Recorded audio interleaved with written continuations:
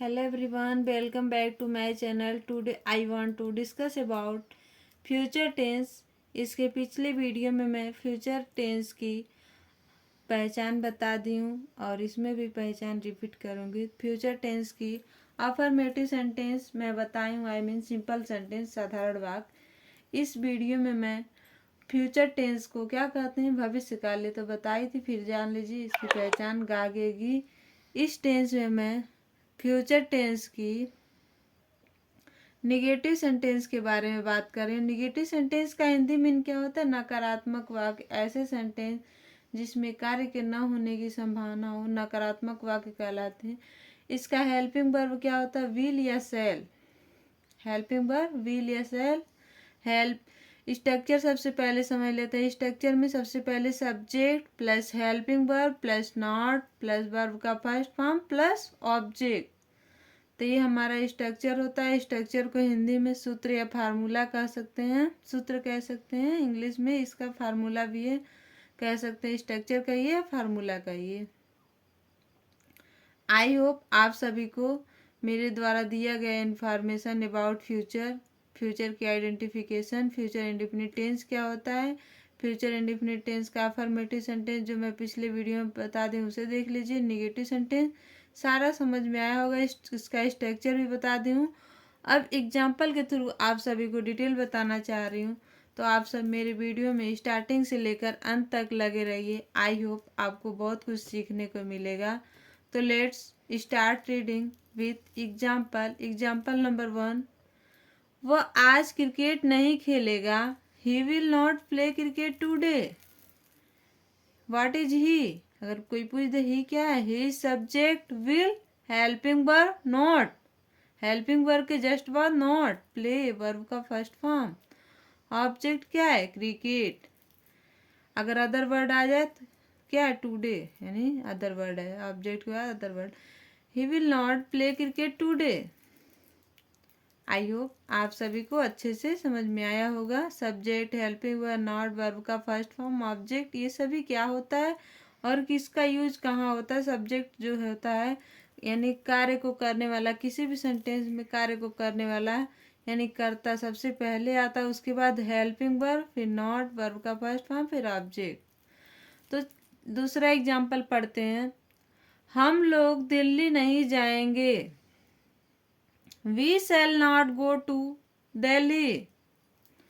We हमारा क्या है? सब्जेक्ट, शैल हेल्पिंग वर्ब के just verb not, go to Delhi.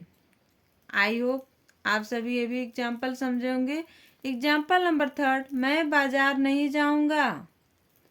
I shall not go to market. I हमारे क्या है यहाँ पे? Subject, shall helping verb just verb not, go verb का first form, go to market यानी मार्केट को जाना, ऑब्जेक्ट। एग्जाम्पल नंबर 4, ये लड़के सड़क पर नहीं खेलेंगे। These boys will not play on the road. देखिए हमारे यहाँ पे क्या है? These boys will not play on the road. These boys will not play on the road, हमारा ये इसका इंग्लिश कंप्लीट ट्रांसलेशन बना। दीज बॉयज हमारे क्या है? सब्जेक्ट, विल हेल्पिंग वर्ब के just verb not, play verb का first form, on the road, object. I hope आपको ये भी समझ में आया होगा। एग्जाम्पल नंबर 5, तुम कपड़े नहीं धोओगे। English translation, you will not wash clothes. You क्या हमारा? सब्जेक्ट, विल हेल्पिंग वर्ब के just verb not, wash verb का first form, clothes, object. Example number 6, तुम्हारी माँ तुम्हें नहीं पीटेगी। इसका translation, your mother will not beat you.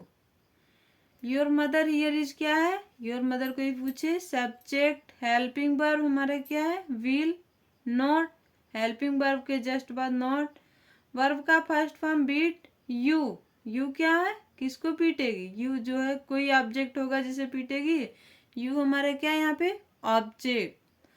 तो इस तरह से मैं आप सभी को फ्यूचर टेंस की आइडेंटिफिकेशन बता दी, आई मीन पहचान। फ्यूचर टेंस को भविष्य काल कहते हैं। फ्यूचर इंडेफिनिट टेंस होता है। तो उसका अफर्मेटिव सेंटेंस मैं बता दी हूँ। इस वीडियो में नेगेटिव सेंटेंस बता रही हूँ। इसके आने वाली वीडियो में मैं फ्यूचर इंडेफिनिट टेंस के इंट्रोगेटिव सेंटेंस बताऊंगी। तो ऐसे ही आप लोग मेरे वीडियो को कंटिन्यू देखते रहिए। और इसका स्ट्रक्चर फिर से रिपीट कर दे रही हूँ, क्योंकि कोई भी इंग्लिश ट्रांसलेशन बनाने के लिए स्ट्रक्चर बहुत इंपॉर्टेंट होता है। तो इसको स्ट्रक्चर को बेसिक से समझ लिए। Subject, helping verb, not verb का फर्स्ट फॉर्म प्लस ऑब्जेक्ट। मेरे बताने के साथ साथ आप लोग लर्न करते रहिए। और एक चीज़ और मैं क्लियर करा दे रही हूँ, विल और सेल का बहुत सारे बच्चों को कंफ्यूजन रहता है, कहाँ विल का यूज होता है, कहाँ सेल का यूज होता है।